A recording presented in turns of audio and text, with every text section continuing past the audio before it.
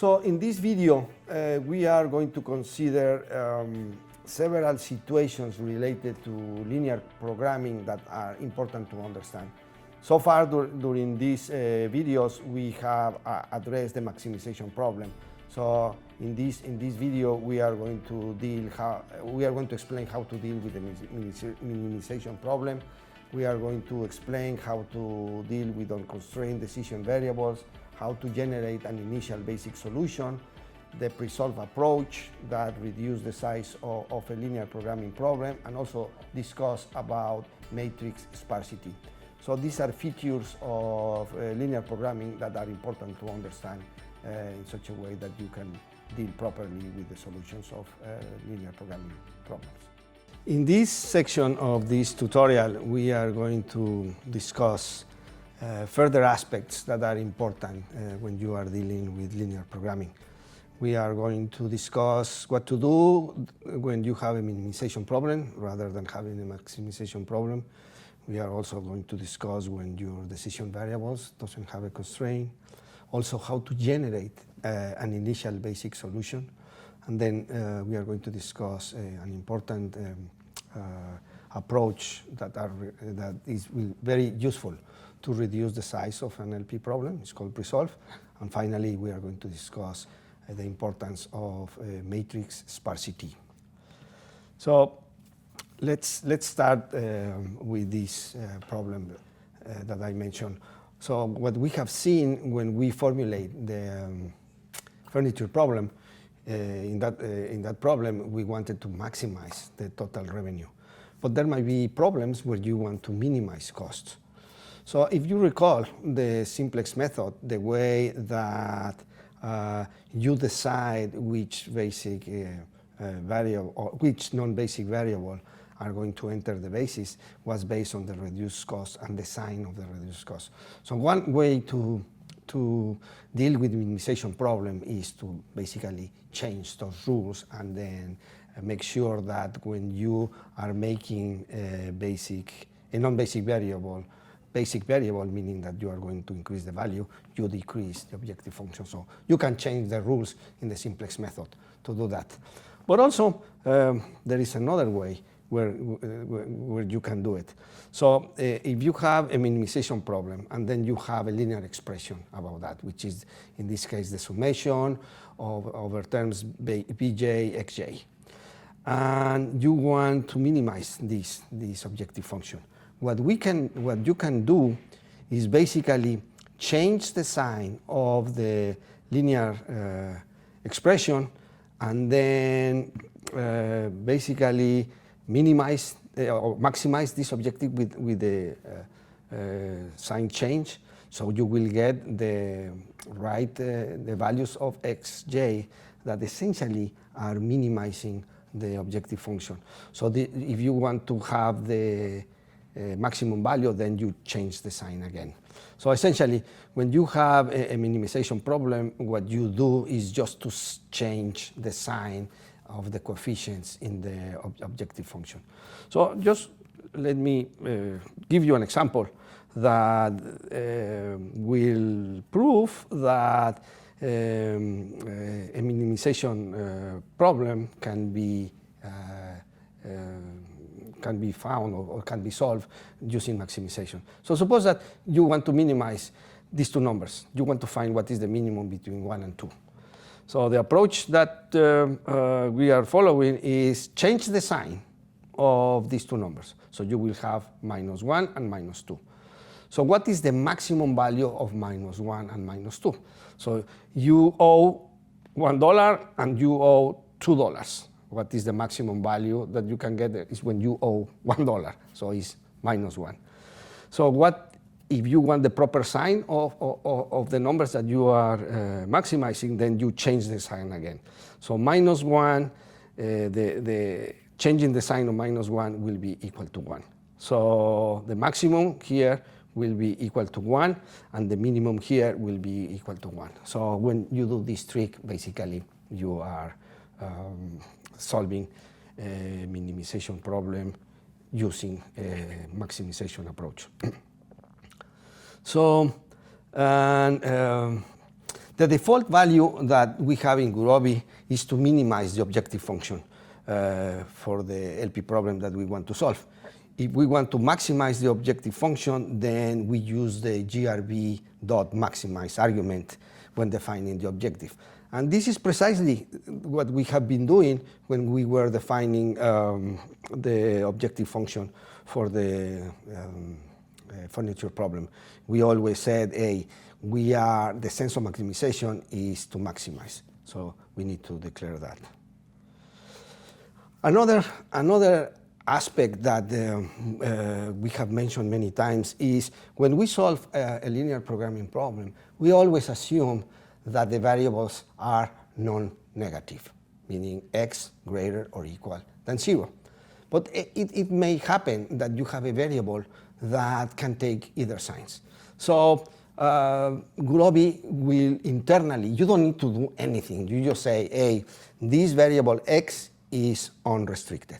And then Gurobi automatically will handle this variable that can take positive or negative values. And let me give you an example of a variable that will be unrestricted in sign, profit. So negative profit really represents a loss. So this problem of having unconstrained variables really is handled behind the scenes by Gurobi, and there are variables that are perfectly valid to have positive or negative values like profit. Let's now discuss a very important assumption that we made when we were solving the furniture problem using the simplex method. And basically the assumption that we made there is that it was natural to find an initial feasible solution. But because of the structure of the furniture problem, it was very easy to find this initial basic feasible solution in terms of the slack variables that we have. And these slack variables were associated with less or equal constraints. But there might be problems where you have greater or equal constraints or equations where it won't be that natural to identify what is the initial basic feasible solution. And for this purpose, George Lansing really invented a method that is called phase one of linear programming. So essentially, and the whole idea is to apply the simplex method to phase one, where you identify an initial basic solution, and then phase two will be the simplest method as we explain it, where you have an initial basic solution and then you optimize the objective function that you have at hand. So when you are in phase one, basically what you need to do is the following. You will add artificial variables to the constraints that are greater or equal, and also to the constraints that are equations. And also the objective function that you are going to use in phase one will be to minimize the summation of all the artificial variables. And if the minimum value of the summation of artificial variables is positive, then you declare that the LP problem is infeasible, meaning that you need these artificial variables to make the problem feasible. So that means that you couldn't identify a feasible basic solution for the problem, and that's why you need the artificial variables to solve it. So in that case, you declare that the problem is infeasible. Now, if the minimum value of the summation of artificial variables is 0, then the basic feasible variables of the optimal solution in this phase one are the initial basic feasible solution of the original problem. There are some subtleties in this statement that I make that I'm not going to discuss for this tutorial, but essentially this statement is true. When you use phase one on a linear programming formulation and you add artificial variables and you minimize the summation of artificial variables and you get that the summation of the artificial variables are 0 and the artificial variables that are in this optimal solution are not basic variables. Basically, what you get is that the basic variables in this optimal solution are the initial basic feasible solution of your original problem. So let's go back to our furniture problem, but let's consider the problem when we have this board of director constraint. Why we want to consider this problem? Because in this formulation we have an inequality or a constraint that is greater or equal to a certain number. So basically, if you remember, the constraint that the board of directors imposes was that the total revenue to be generated should be greater or equal to a minimum revenue value, which it was $4,500. So for this particular problem, there is no obvious initial basic solution. So let's do the following. Let's use the formulation that the data scientist has, where you add extra capacity to the constraints that the capacity constraints that you have for labor and mahogany, and then you have a cost of adding capacity. So you have a cost of $20 when you add 1 unit of mahogany capacity, and you have a cost of $30 when you add a unit of labor capacity. And then your capacity constraints had this variable extra capacity that you can add to the original capacity and try to make your problem feasible. And then the last constraint, as I explained it, basically is the constraints that the board of directors has defined. So let's try to address this problem and apply the phase one of linear programming to identify an initial basic solution and then solve the optimization problem with that initial basic solution. So this is the problem again, as I just described it. And what we are going to do, basically the constraint that we need to take care will be this board of directors constraint. And we are going to add an artificial variable to this constraint that we are going to call alpha. And what we want to do is that when solving this linear programming problem using phase one, we want to make alpha equal to 0, and alpha should be a non-basic solution, meaning that we have a basic solution that we can start the second phase of linear programming. So let's do that. Let's consider this artificial variable, and we are going to add the artificial variable alpha to the left-hand side of the board of directors constraint. And then the other equations related to capacity constraints, mahogany and labor remains the same. And as I mentioned, you are going to change the objective function. So now what we want to do is to minimize alpha, the value of alpha. So we say, basically we are saying that minimize the value of alpha. So this is the original problem now for phase one of linear programming. So let's express this original problem in a standard form. So for the greater or equal inequality, what you do to make it an equation, you subtract a variable that is called a surplus variable. And then you will get an equation that will replace the inequality constraint. And for the capacity constraints, you add slack variables, as we have done it before, for the H1 for the mahogany capacity and H2 for the labor capacity. So now all your constraints are equations, and then you have two slack variables, H1 and H2, and also you have one surplus variable that you subtract to make sure that you get is equivalent to the greater or equal inequality for the board of director constraints. And then we learn the simplex method for the maximization problem. and we have a minimization problem. So what do? We just change the sign. So we are going to maximize the minus alpha. So we are trying to make the largest value that alpha can take. If alpha is a non-negative number, it will be 0. So we will try to see if we can make alpha 0 and identify an initial basic solution for this problem that we can use to solve phase 2 for the optimization problem that we have at hand. So now that we have the problem in the standard form, we are going to express this problem in a canonical form respect to the new basis.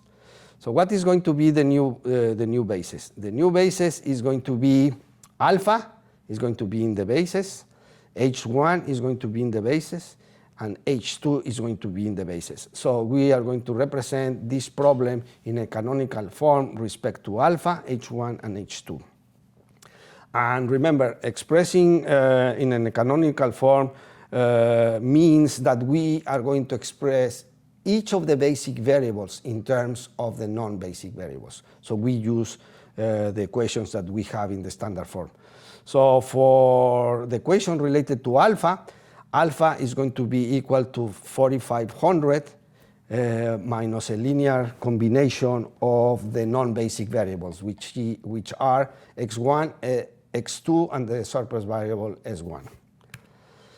And we have also other basic variables, h1 and h2.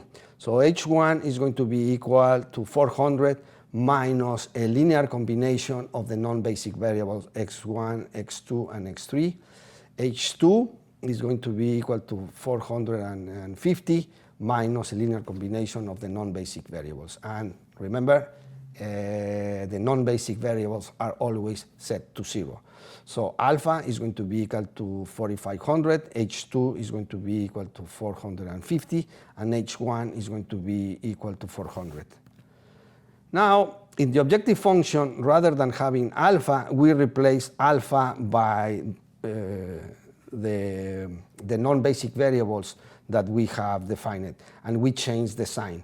So basically, in this maximization problem, for this basic solution, the maximum value that we have is minus 4,500, and we have the reduced cost of the non-basic variable are going to be 45 for x1, 80 for x2, and minus s1 for the surplus variable associated with the constraint defined by the board of directors. So what we are going to do is to apply the simplest method to this problem. I'm not going to go to all the algebra that I explained before, but I just want to give you an intuition about what is going to be happen at each iteration of phase 1 and then phase 2 of the simplest method, and how phase 1 identifies an initial basic solution and phase 2 basically finds the optimal solution. So at the first iteration, what are the basic variables? H1 is equal to 400, H2 is equal to 450, alpha is equal to 4,500. We identify that the non-basic variable that is going to enter the basis is going to be x2, meaning we are going to start building tables. And what is the basic variable that is going to leave the basis? Is h1, meaning that we will start, we are going to make h1 0, meaning that we are going to consume all the mahogany that we have available. So after pivoting and all of that, we find a new initial basic solution for this phase 1 linear programming problem.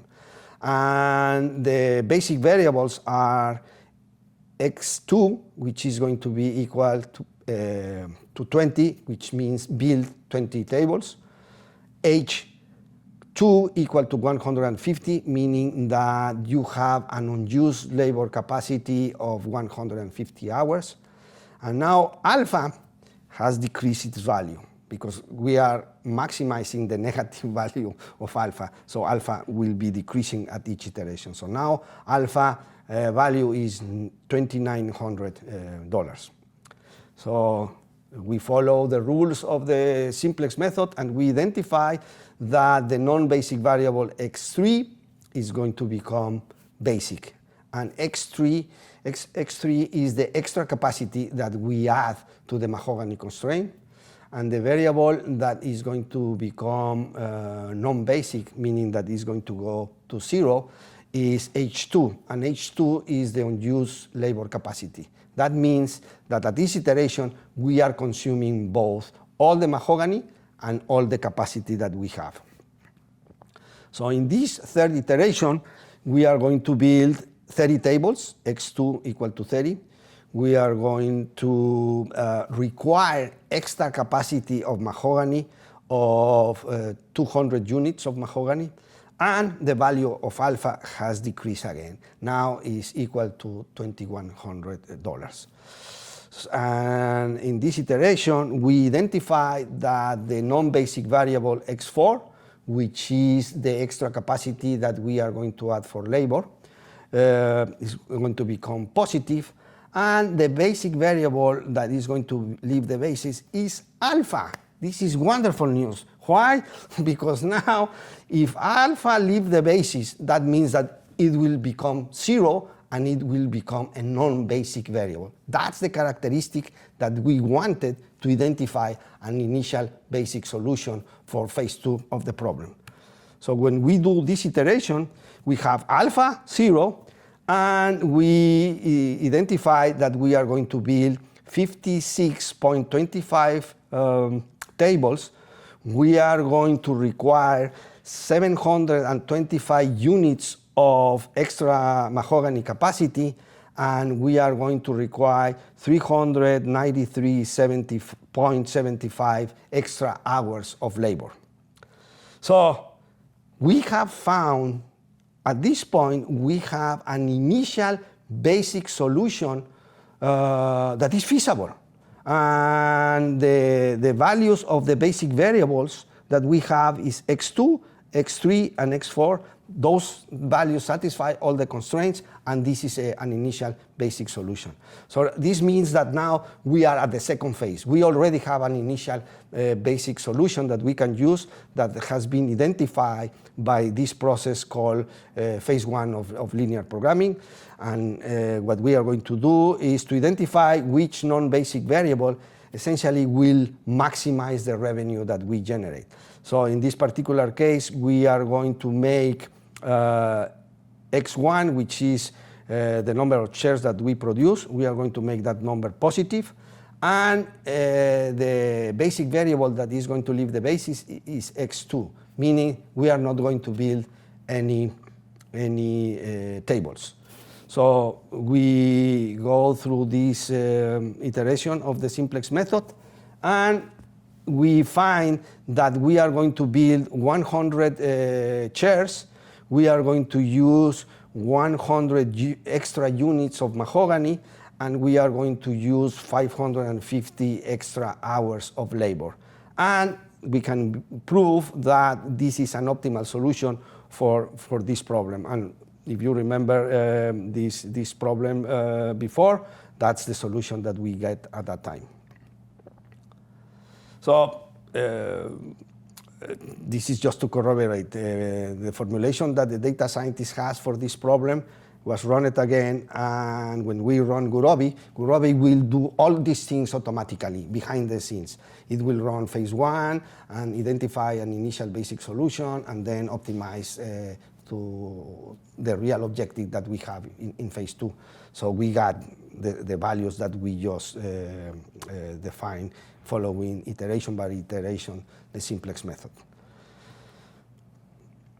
So to conclude this part, to determine an initial solution, basically you don't need to do anything.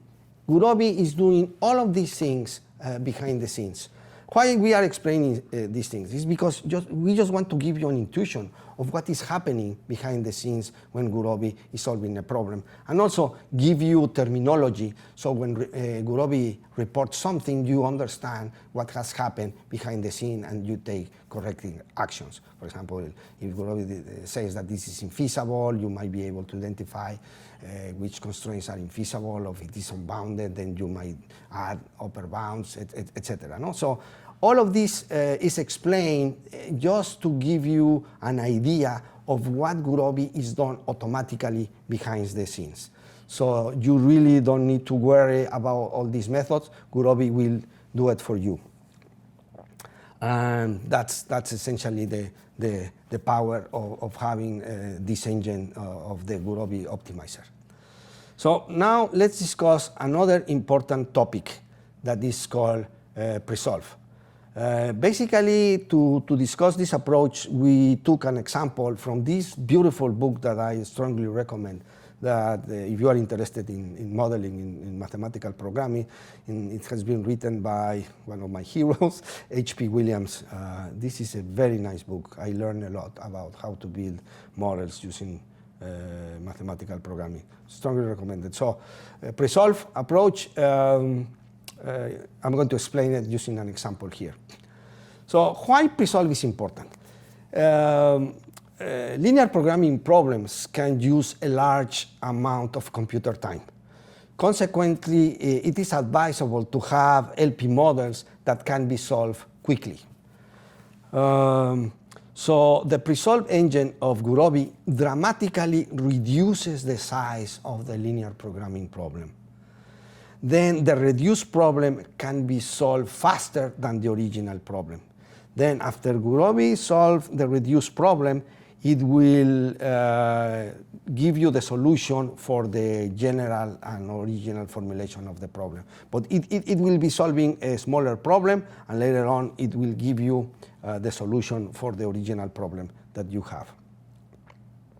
So I'm going to use an example just to explain a little bit what kind of logic. It's much more complicated than this, but just to give you an idea of how pre-solve works. So consider this problem. This is abstract, no interpretation, just the math. So you want to maximize this objective function, 2x1 plus 3x2 minus x3 minus x4. And you are maximizing. So notice that the variable x3 has a negative objective function. And also, remember that the non-negativity constraint. So x3 needs to be greater or equal than 0. Since this variable, the coefficient of x3, is negative, you want to have a value of this variable as small as possible because you are maximizing this objective function. So you want to have x3 as small as possible. Also notice in the two first constraint, constraint 1 and constraint 2, in the left-hand side, notice that x3 has a positive coefficient. So, and we have constraints that are less or equal to 0. So again, to satisfy these constraints, to ensure that you can satisfy this constraint, you also want to make x3 as small as possible. So in the objective function, you want to make x3 as small as possible, and in the constraints 1 or 2, you want to make x3 as small as possible. So what is the smallest number that x3 can have? x3 can be equal to 0, meaning that you can eliminate this variable. You don't need this variable. It can be eliminated without causing any problem. So you have learned how pre-solve will work to eliminate variables. Okay, so now that we have eliminated this variable x3, let's see if we can do anything else. So now this is the formulation of the original problem without this variable x3. Now observe constraint 2. Constraint 2 without the variable x3 that we have eliminated will be minus x1 minus x2 minus x4 less than equal to 1. We know that these variables x1, x2, and x4 are going to be non-negative. So for any positive number of these three variables, we are going to satisfy this constraint because that number is going to be negative. So what does that mean? It means that this constraint 2 is redundant. It's going to be satisfied for any positive value of x1, x2, and x3. So this means that we can eliminate constraint number 2. So the reduced problem will be to maximize 2x1 plus 3x2 minus x4. We don't have x3, and we only have 2 constraints, constraint 1 and constraint 3. And we have the non-negativity constraint, and we set x3 equal to 0. That's essentially the idea behind pre-solve. Obviously, the pre-solve of Gurobi is quite sophisticated, and it does much more things than what just explained, but it's just to give you an idea. So with this simple approach, we were able to eliminate 1 variable and 1 constraint. With large models, a pre-solve approach could lead to significant reductions in the amount of computation needed to solve the problem. And in my experience, using Gurobi with pre-solve, I have seen very large problems that pre-solve reduce them to 10% of the original size. Let me give you an example of a case study that we have in our Gurobi website. And this is a real problem that we solved when I was in HP. This problem was related to optimization of a project portfolio for the former Hewlett-Packard Global IT organization. And solving these portfolio optimization problems can be very difficult, because really there is an astronomical number of combinations that you have when you want to select a project and schedule the project in such a way that you satisfy all the resource constraints that you have. Typically, the problems that we were solving were about with 200 projects. Typically, they were in the hundreds of thousands of variables. So these were large problems. So what was the problem that we want to solve? We want to optimize the selection and then the scheduling. We want to determine when we will start a project in such a way that we optimize the trade-offs among different objectives that we have. For example, the IT projects might generate the revenue, so you want to maximize revenue. You want to maximize customer satisfaction. You want to maximize IT alignment with technology, etc. So there were many objectives that you wanted to optimize, and these objectives might be in conflict. So the optimization problem wanted to identify the optimal trade-offs between all these objectives. And you have constraints. In this particular case, we have budgets for different type of IT organizations, and also we have different type of labor differentiated by skills and capabilities. And also, there are other business constraints that we wanted to satisfy. There may be a relationship within projects, so one project needs to be done before another project, so you should be able to consider these constraints. So the model is quite sophisticated, and essentially the way that we built this model was using mixed integer linear programming. And what basically this model was done is to automate the number crunching during the creation and maintenance of a portfolio of projects. And as you may guess, the engine that we have in HP at that time was Gurobi to solve this complex problem. Just to give you an example of the power of pre-solve to solve this problem. So one problem that we have had 9,307 decision variables. It has 6,461 constraints. If we didn't use pre-solve for this particular problem, it takes 156 seconds to solve it. Now, if we use pre-solve, we were able to reduce the number of variables. So instead of 9,000 plus variables, we were able to reduce it to 3,170 variables. So a reduction of 66%. And the reduction that we get in the number of constraints after pre-solve, we only have 337 constraints, meaning that we got a reduction of 94%. And how much time it took Gurobi to solve this problem? 8.53 seconds. So pre-solve makes Gurobi 17 times faster than if you don't use pre-solve. So pre-solve is a very powerful feature that we have in Gurobi when you have large mixed integral programming models. So now let's discuss another important feature about linear programming that is important to understand. And this is called sparsity of the matrix of technological coefficients in the linear programming model. Do you remember? This is a general representation of our furniture problem, where we have the total revenue that we want to optimize. We have different type of resources, and these are the technology constraints, the technology coefficients. So what sparsity means? Sparsity means that we have a small number of coefficients in the matrix of technology that are non-zero. This means that there are a lot of technology coefficients, A, I, J, that are zero.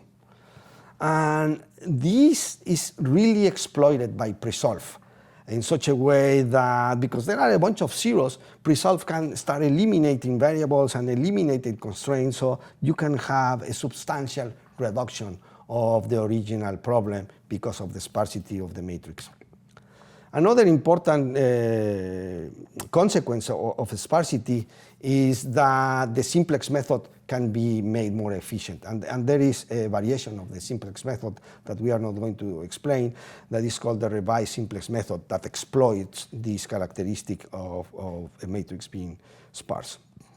So in this section, basically, we have discussed several important features that we have in linear programming, that all of these things are taken care by the Gurobi Optimizer. So you don't need to worry about them, but you just need to understand what is happening behind scenes when you formulate a problem and ask Gurobi to solve it. That's all that I have for this section. See you next time.